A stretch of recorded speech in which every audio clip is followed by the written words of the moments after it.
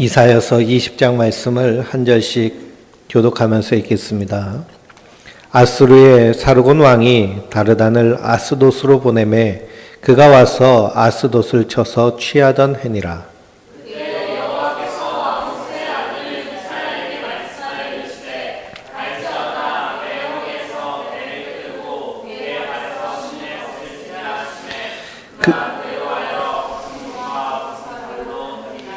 여호와께서 이르시되 나의 종 이사야가 3년 동안 벗은 몸과 벗은 발로 다니며 애굽과 구스에 대하여 징조와 예표가 되었느니라.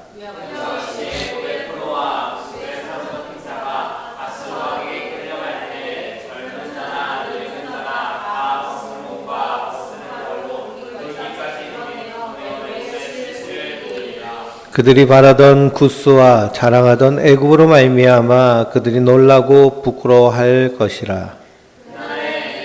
주민이 말하기를 우리가 믿던 나라 곧 우리가 아수르 왕에게서 벗어나기를 바라고 달려가서 도움을 구하던 나라가 이같이 되었은즉 우리가 어찌 능히 피하리요 하리라. 아멘.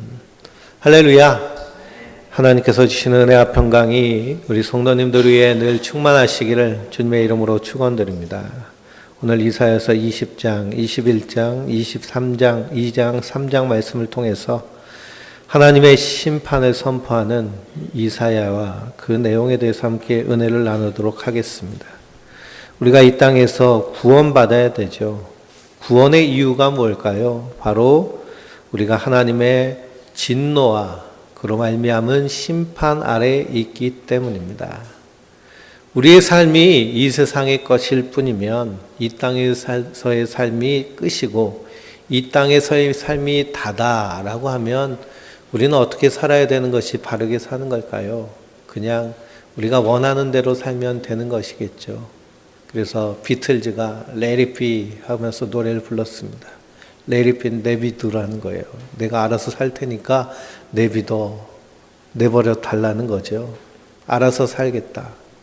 이것이 인간의 본성입니다. 그러나 우리가 그렇게 살게 되면 결국 하나님의 진노와 하나님의 심판 가운데 떨어지기 때문에 그래서 성경은 하나님의 심판과 구원이 담겨져 있는 그런 약속의 책입니다. 성도는 그 하나님의 심판, 하나님의 진노를 깨달아서 그 심판을 피하고 구원에 머무는 자들이 성도인 줄 믿습니다. 오늘 이사야서 20장 말씀을 보니까 하나님께서 아모스의 아들 이사야에게 명령하셨습니다. 뭐라고 명령하셨을까요? 옷을 다 벗고 빨개 벗고 다녀라 라고 명령하십니다. 요즘 같은 더운 날 빨개 벗고 다니는 것도 괜찮겠죠. 근데 하나님이 이사야에게 뭐라고 명령하셨느냐? 3년 동안 벌거벗고 다녀라 라고 명령하십니다. 왜 3년 동안 벌거벗고 다니라고 명령하셨느냐? 그것이 바로 표적이었기 때문이죠. 그것이 상징이었기 때문이며 그것이 바로 예언이었기 때문입니다. 그래서 하나님은 선지자를 통하여서 하나님의 말씀을 선포하시는데요. 구약의 선지자들이 단순히 입으로 나오는 말씀만으로 선포한 것이 아니라 그의 삶과 그의 행동을 통하여서 선포합니다. 그래서 하나님은 아모스에게 뭐라고 명령하셨나요? 너 결혼해라. 결혼하는데 음란한 여인과 결혼하라 라고 명령하십니다. 참 하나님도 너무하시죠. 선지자가 정숙한 아내랑 결혼해서 가정이 편안해야 하나님 일 할 텐데 음란한 여인과 결혼하라 라고 하시는 겁니다. 그 결혼하여서 낳은 아이들이 하나님의 예언을, 말씀을, 심판을 선포하는 선포의 도구가 되는 것을 봅니다. 왜 하나님이 이사야에게 3년 동안 벌거벗고 다니라고 했느냐? 1절 말씀해 보니까 아수르의 사르곤 왕이 다르단을 아스돈으로 보내어 그가 와서 아스돗을 쳐서 취하던 해니라 라고 그랬습니다. 아수르의 사르곤 왕이 있습니다. 고고학적으로 밝혀진 사실인데요. 이 사르곤 왕은 살말 에셀의 후손으로 고대 아수르의 영웅적인 왕입니다. 우리나라 광개토왕 이런 왕처럼요 아주 영웅입니다. 그래서 아수르가 세계를 제패하던 때의 왕이 바로 사르곤 왕이죠. 그래서 이 고대 아수르의 비문에 우리나라도 저 만주에 가면 광개토 대왕릉비가 있죠. 그 비석에 뭐라고 써 있느냐, 광개토 대왕이 어떻게 중국을 정복하였는지에 대해서 잘 적혀져 있습니다. 마찬가지로 고대의 바벨론의 이 아수르의 비문에 사르곤의 이 이야기가 나오는데요. 한마디로 영웅입니다. 그래서 고대 제국들을 다 쳐부수고 그리고 고대의 이 팔레스타인 지역을 통일한 왕이 사르곤 왕이죠. 그래서 사르곤이란 이름은 이렇게 반지의 제왕이나 그런 판타지 소설에 왕의 이름으로 많이 쓰여지는 이름 중에 하나가 사르곤이라는 이름입니다. 고고학적으로 밝혀진 사실이죠. 그러므로 이사야가 예언하고 선포한 일들이 다 역사적으로 이루어지고 증명되어진 일이다라는 사실입니다. 그래서 아수르의 사르곤 왕이 다르단이라는 장군을 아스돗으로 보냈습니다. 아스돗은 지중해 연안에 있는 블레셋 땅에 있는 그런 도시죠. 그곳에 아수르 제국의 군대들을 총집결시키고 어떻게 하였느냐 하면 애굽으로 원정을 갔습니다.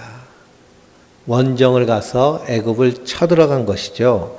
우리가 이사야서 19장 말씀을 통해서 애굽과 18장의 구스에 대하여서 하나님의 심판에 대한 이사야 선지자의 그런 선포가 있습니다.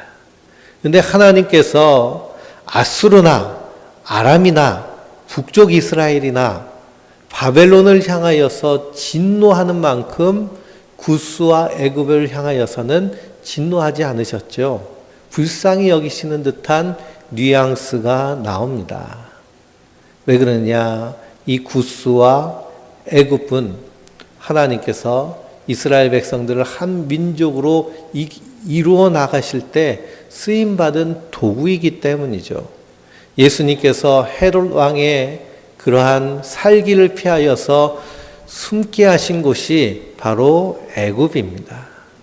그러므로 애굽은 하나님이 쓰시는 도구였기 때문에 하나님께서는 그들을 역시 아끼시는 것을 보게 됩니다.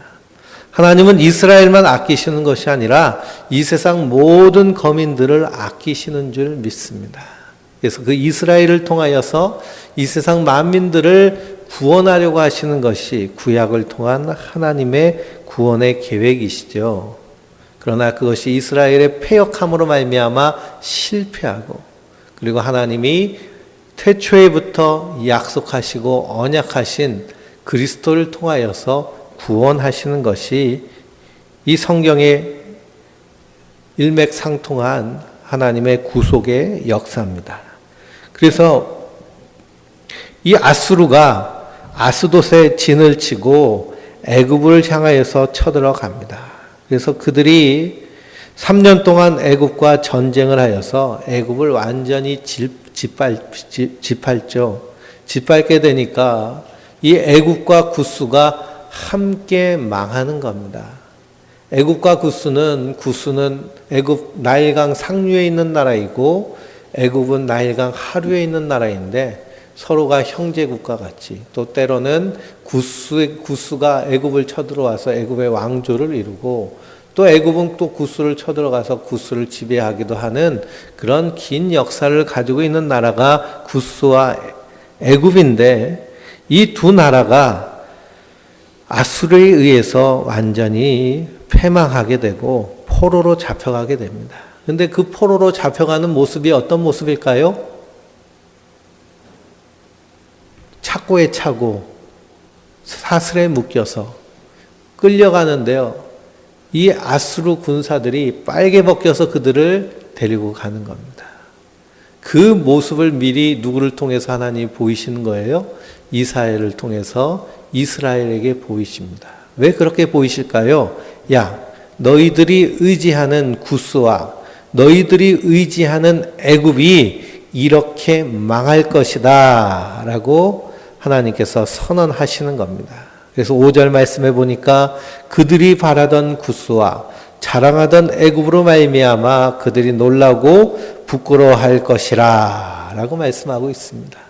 아수르가 북쪽 이스라엘을 점령하고 남쪽 유다를 치려고 할 때 남쪽 유다는 하나님을 의지하기보다는 그 남쪽에 있는 강대국인 애굽과 구스와 화친하고 동맹하고 그들의 원군을 바라고 있었습니다. 우리에겐 애굽이 있어.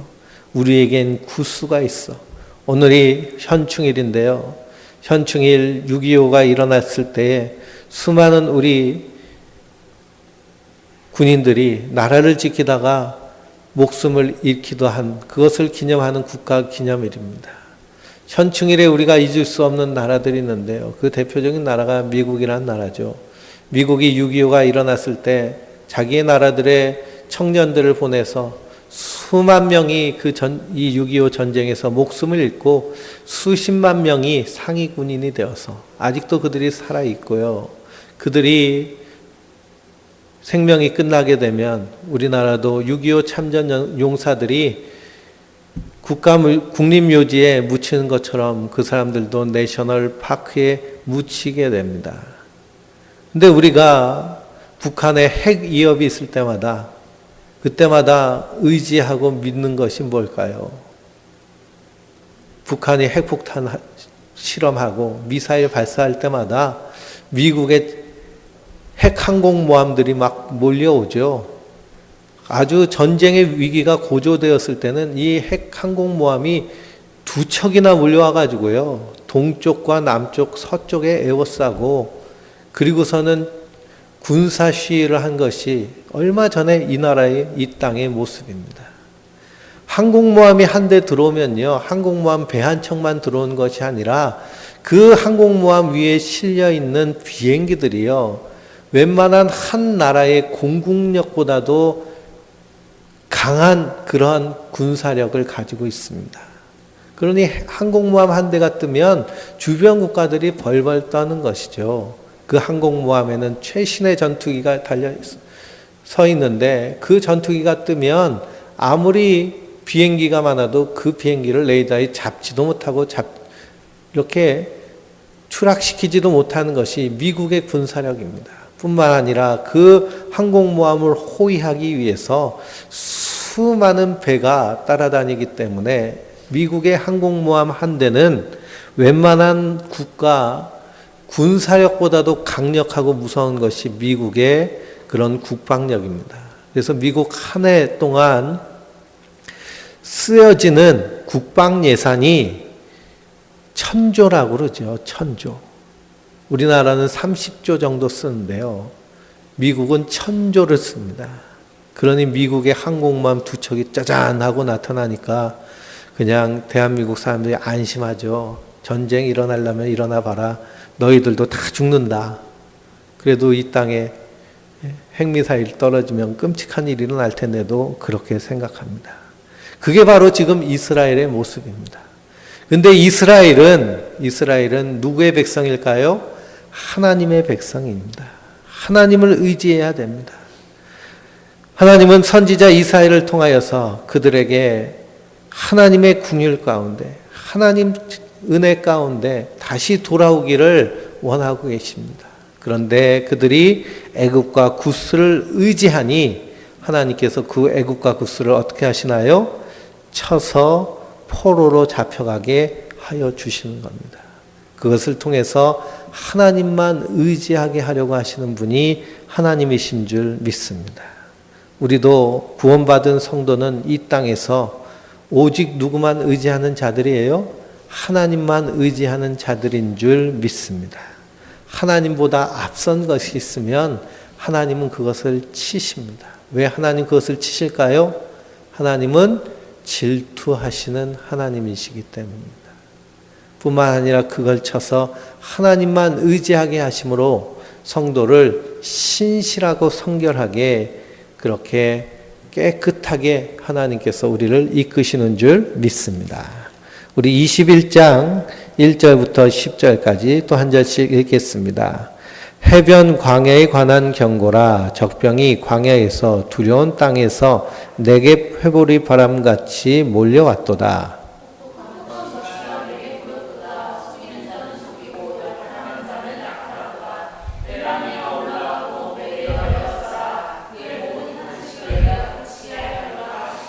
이러므로 나의 요통이 심하여 해산이 임박한 여인의 고통 같은 고통이 나를 엄습하였으므로 내가 괴로워서 듣지 못하며 놀라서 보지 못하도다.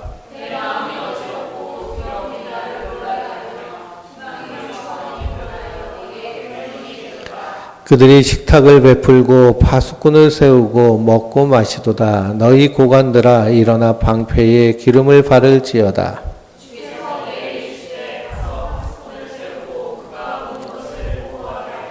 마병대가 쌍쌍이 오는 것과 나기 때와 낙타 때를 보거든 귀 기울여 자세히 들으라 하셨더니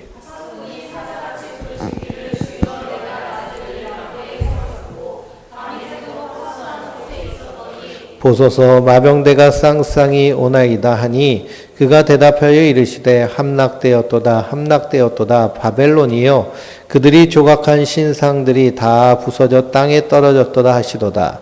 내가 짓밟은 너여 내가 타작한 너여 내가 이스라엘의 하나님의 군대의 여호와께 들은 대로 너에게 전하였노라. 아멘.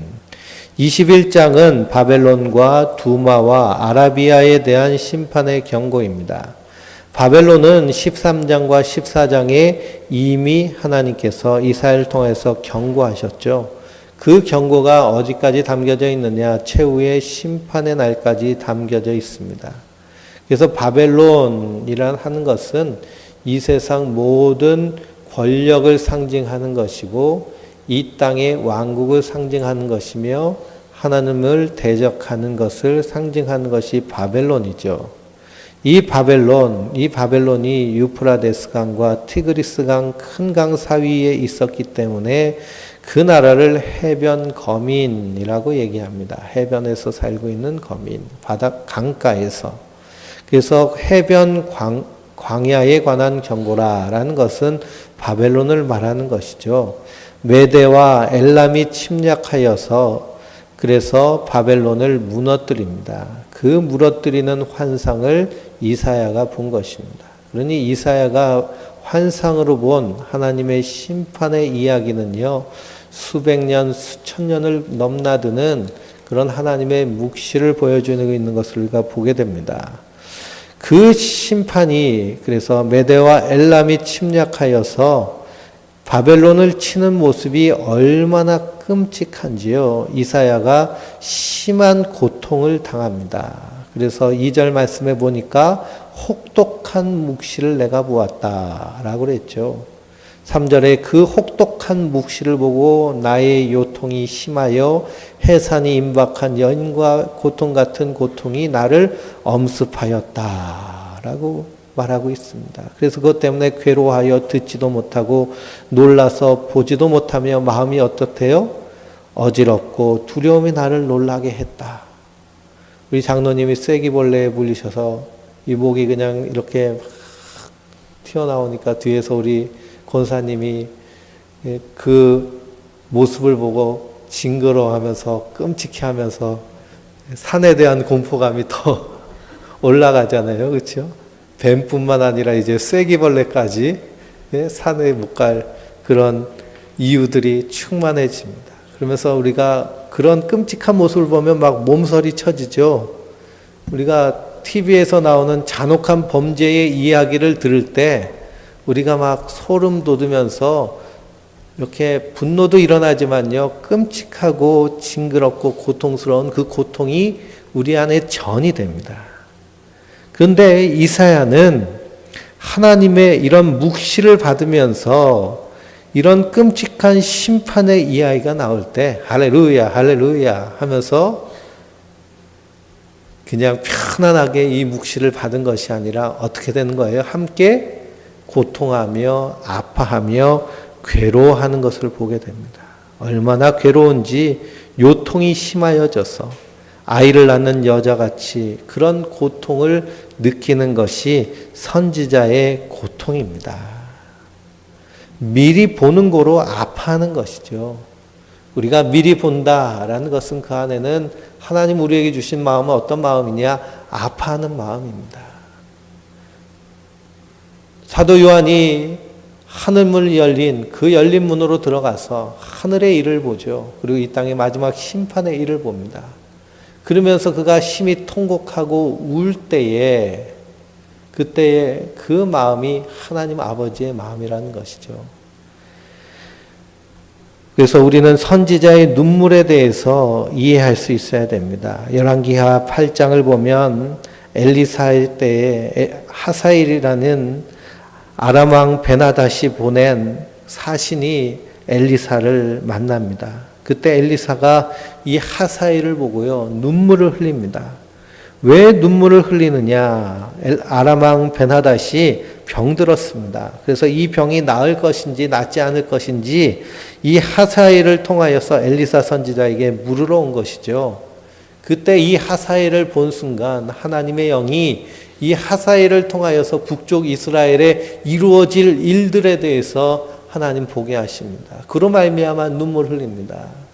여인들이 그 배가 갈라져서 죽임을 당하고 아이들이 매침을 당해서 죽음을 당하는 그 모습을 엘리사가 보면서 가슴 치며 우는 것이죠. 장차 아람 왕이 될 이 하사엘이 이스라엘을 어떻게 할지를 보고 미리 아파하며 우는 것이 선지자의 모습입니다. 예수님도 마찬가지죠. 예수님도 예루살렘을 보시면서 우셨습니다. 예루살렘아 예루살렘아 암탉이 자기 새끼를 모으려고 얼마나 너희를 불렀느냐. 선지자들을 보내고 심지어는 하나님이 직접 사람이 되셔서 그들에게 오셨음에도 불구하고 그들이 그 하나님을 십자가에 못 박아 죽였으니 그 진노의 포도잔이 얼마나 쓰고 그 진노가 얼마나 쌓였겠느냐 하면서 그 민족을 보며 아파하며 눈물 흘리십니다. 주님께서 갈보리 언덕을 오르시며 그 십자가를 지고 오르실 때 그때 여인들이 예수님을 보며 눈물 흘리죠. 그때 주님 뭐라고 하셨나요? 나를 위해 울지 말고 너와 너희 자녀들을 위해 울어라. 왜 그러냐? 그들을 향한 진노의 하나님의 포도잔이 참으로 두렵고 떨리는 심판으로 다가올 것이기 때문에 그렇습니다. 그러므로 성도는 이런 선지자의 마음을 가지고 이 땅을 사는 자인 줄 믿습니다. 목회자가 선지자가 아닙니다. 우린 다 하나님 앞에서 하나님의 거룩한 교회요, 왕같은 제사장이요, 그의 소유된 백성일 뿐만 아니라 이 땅에서 하나님의 복음과 그 복음 안에 담겨져 있는 하나님의 구원과 심판을 선포하는 선지자요 예언자로 부름받은 진 줄 믿습니다. 예언자란 무엇이냐? 장래일을 보고요 점쟁이처럼 마치는 것이 예언자가 아니라 성경에 나오는 예언자는 맡을 예자 말씀 언자 말씀을 맡아서 선포하는 자가 바로 예언자입니다. 우리는 하나님의 말씀을 맡았나요? 맡지 않았나요? 맡았죠. 하나님 말씀이 뭐예요? 여기 담겨져 있는 이 성경 66권이 하나님의 말씀입니다. 우리가 이사야서를 읽어보지만 참으로 놀라운 것은 이사야가 수천 년 전의 사람임에도 불구하고 지금 현재의 이 말 하나님의 진노와 심판까지도 우리에게 생생하게 증거하고 있다라는 사실이 얼마나 놀라운가요? 고대의 사람인데 그가 선포한 하나님의 진노가 지금 우리 가운데 느껴진다면 성도는 그 아파하는 마음을 가지고 이 땅에서 사명 감당하는 자인 줄 믿습니다. 이 땅의 모습을 보세요. 이스라엘의 타락과 같은 교회의 타락을 우리가 볼 수 있습니다.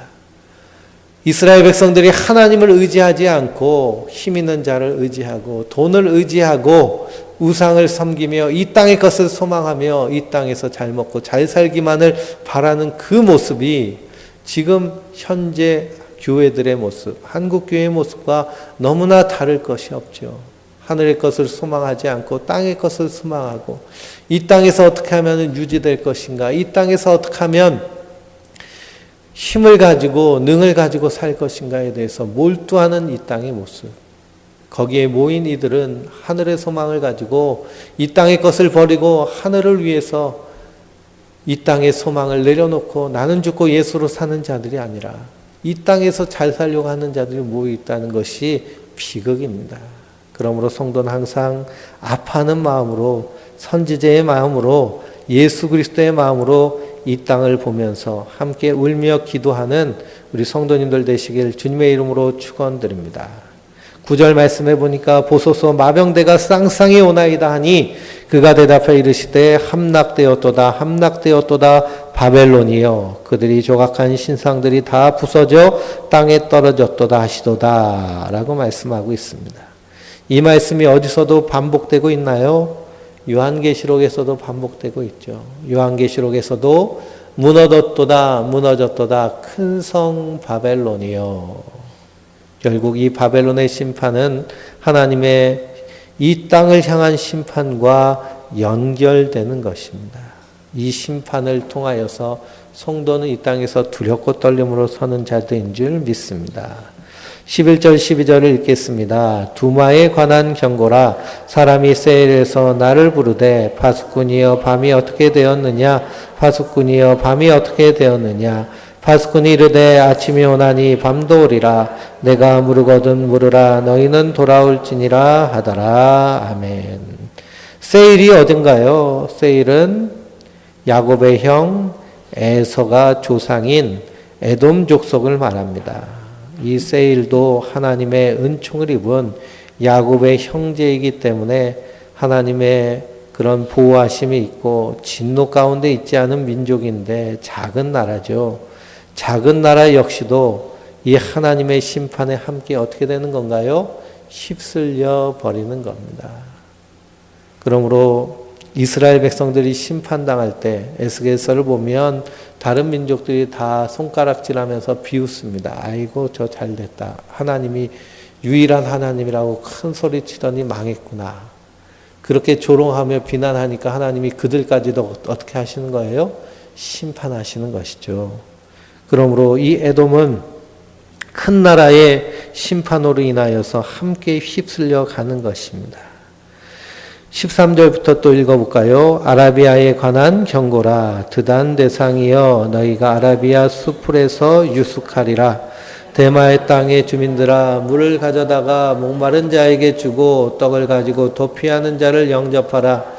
그들이 칼날을 피하여 벤 칼과 당긴 활과 전쟁의 어려움에서 도망하였음이니라. 주께서 이같이 내게 이르시되 품꾼에 정한 기한 1년 내에 게달의 영광이 다 쇠멸하리니 게달 자손 중 활 가진 용사의 남은 수가 적으리라 하시니라.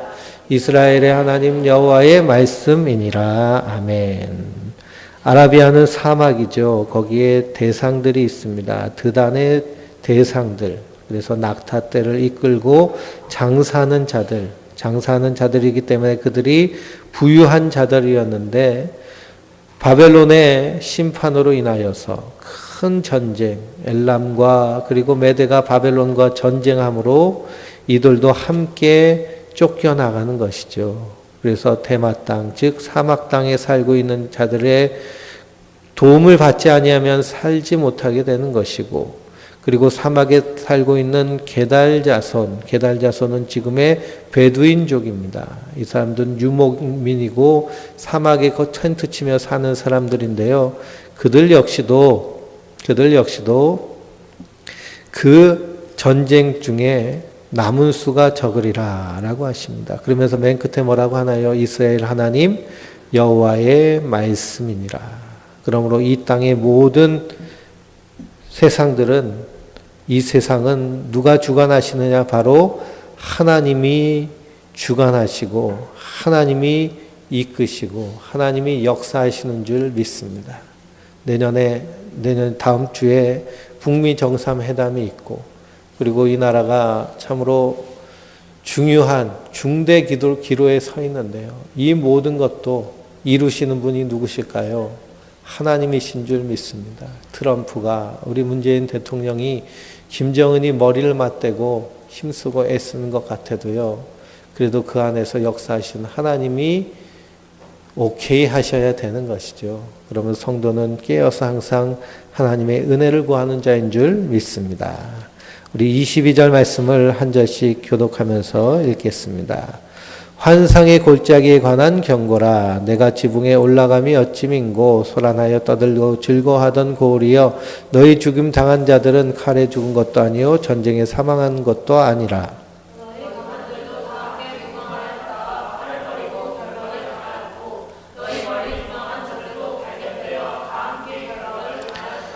그러므로 내가 말하노니 돌이켜 나를 보지 말지어다. 나는 슬피 통곡하겠노라. 내 딸 백성이 패망하였으므로 말미암아 나를 위로하려고 힘쓰지 말지니라.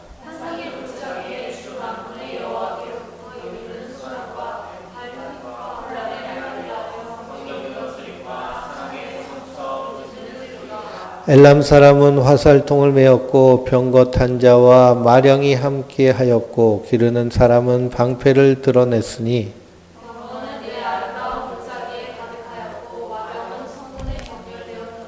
그가 유다에게 덮였던 것을 벗김에 그날에 내가 숲을 곳간의 병기를 바라보았고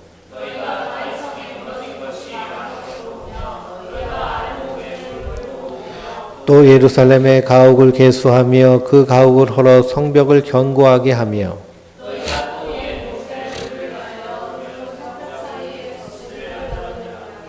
그런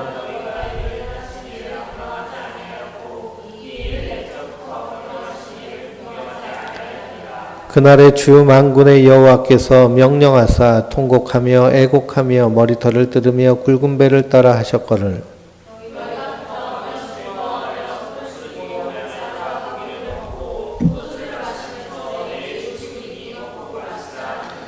만군의 여호와께서 친히 내 귀에 들려 이르시되 진실로 이 죄악은 너희가 죽기까지 용서하지 못하리라 하셨으니라. 주 만군의 여호와의 말씀이니라.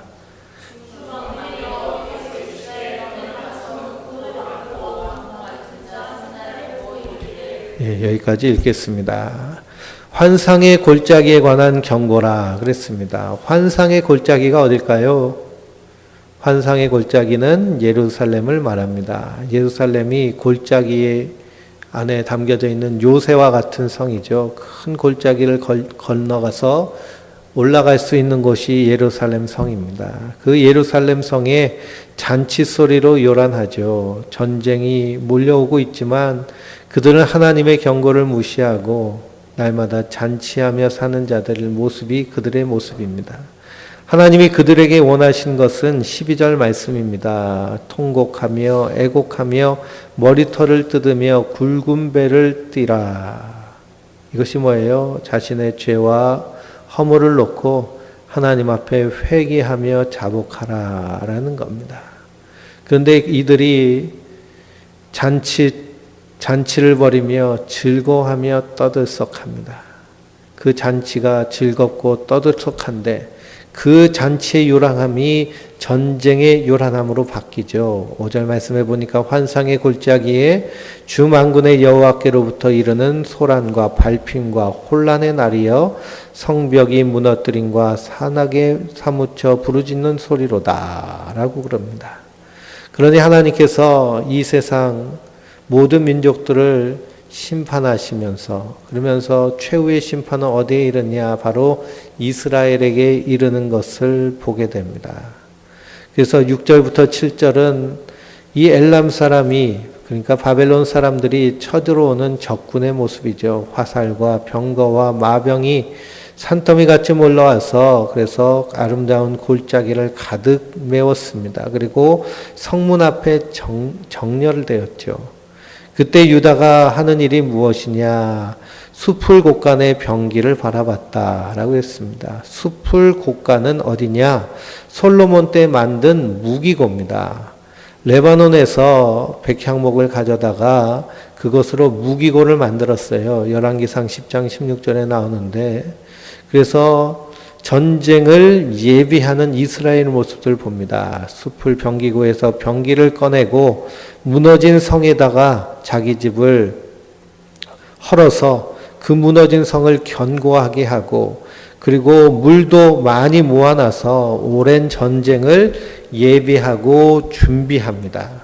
그런데 하나님은 뭐라고 하시나요? 하나님은 회개를 선포하는데 너희는 어찌 죽을 줄 알고 먹고 마시자 하느냐라고 그럽니다. 이에 대해서 시편 119편, 136편에 저희가 주의 법을 지키지 아니함으로 내 눈물에 시냇물 같이 흐르니이다 라고 시인이 고백합니다. 이스라엘 백성들이 하나님의 법을 지키지 않으니 시인이 눈물을 흘리면서 하나님 앞에 애통하는데요. 그 눈물이 시냇물 같이 흐른다라는 겁니다. 말씀을 떠난 예루살렘을 향한 눈물입니다. 그래서 이사야의 눈물은 잔치의 요란함이 전쟁의 요란함으로 바뀌는 그것을 보고 눈물 흘리고 있죠. 그래서 4절 말씀에 나는 슬피 통곡하였노라. 내 딸 백성이 패망하였으므로 말미암아 나를 위로하려고 힘쓰지 말지니라. 이들이 전쟁 준비를 잘 하는데도 하나님은 그들을 기뻐하지 않으십니다. 왜 그럴까요? 하나님은 없기 때문이죠. 하나님은 없기 때문에. 아무리 전쟁 준비가 철저하였다 할지라도 의지해야 될 분은 누구신 거예요? 하나님이시라는 겁니다. 우리가 인생을 살면서 우리가 준비할 것 준비하더라도 그래도 가장 최우선시 되어야 될 것은 하나님을 의지하고 주님을 바라봐야 되는 줄 믿습니다. 그래서 아무리 성벽이 튼튼하고 아무리 군사들이 훈련되었다 할지라도 하나님이 지키지 아니하시면 성을 지키는 자의 수고가 그 파수꾼의 수고가 헛된 줄 믿습니다. 15절부터 25절 또 읽겠습니다. 주 만군의 여호와께서 이르시되 너는 가서 그 국고를 막고 왕궁 맡은 자 셈나를 보고 이르기를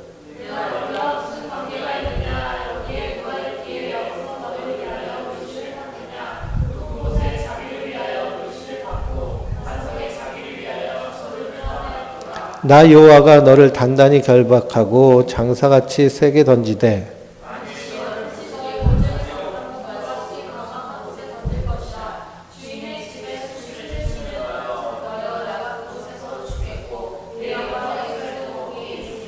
내가 너를 내 관직에서 쫓아내며 내 지위에서 낮추리니 내 옷을 그에게 입히며 내 띠를 그에게 띠어 힘있게 하고 내 정권을 그의 손에 맡기리니 그가 예루살렘 주민과 유다의 집의 아버지가 될 것이며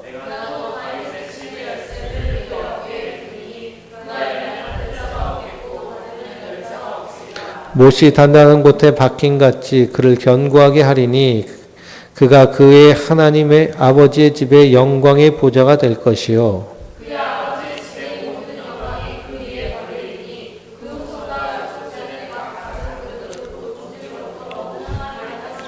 만군의 여호와께서 이르시되 그날에는 단단한 곳에 박혔던 목이 사기리니 못이 부러져 떨어짐으로 그에 위에 걸린 물건이 부서지리라 하셨다라. 나 여호와의 말이니라. 아멘. 15절부터는 셈나라는 사람에게 주시는 경고입니다. 셈나는 누구냐? 히스기야 왕 때 아람의 대사로 간 사람. 그래서 엘리야김과 그리고 함께 대사로 갔던 사람이 이 셈나입니다. 이 셈나는 이스라엘의 국고를 맡은 자이고 그리고 국무대신과 같은 중요한 직책을 맡은 사람이 셈나죠.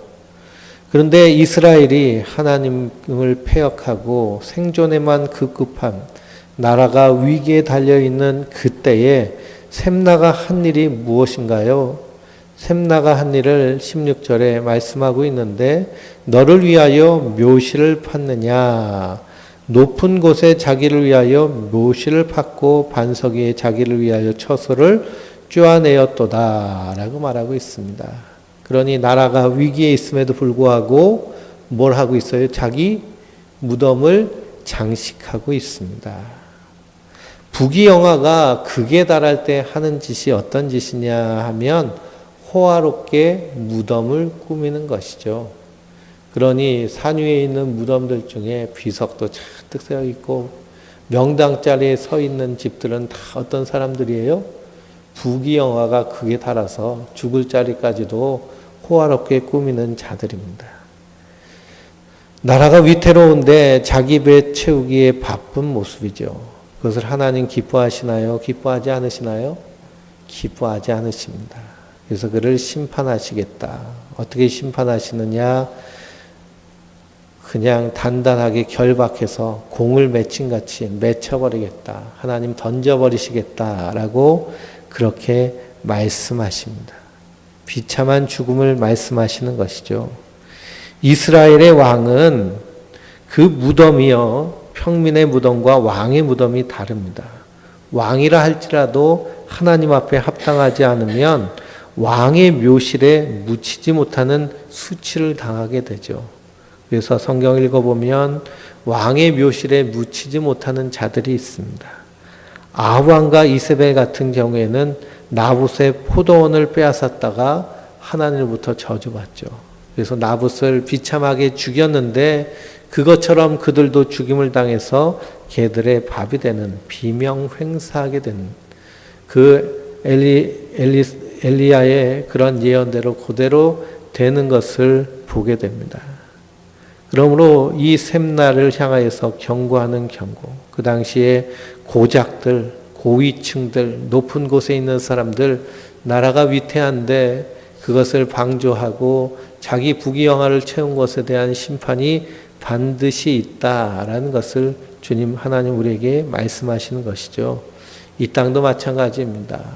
그래서 많이 가진 자에게 많은 책임을 묻는 것, 그것이 하나님의 공의이고 하나님의 정의입니다. 그래서 엘리야김을 불러서 그에게 다윗의 집에 열쇠를 주겠다라고 말씀하시죠.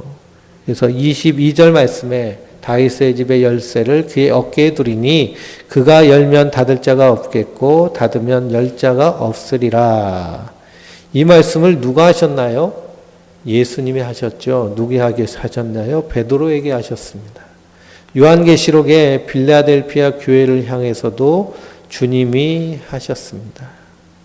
열면 닫을 자가 없겠고 닫으면 열 자가 없으리라. 그런데 그 열쇠를 맡은 자는 종일 뿐이죠. 주인이 열라 하면 여는 것이고 닫으라 하면 닫는 것입니다.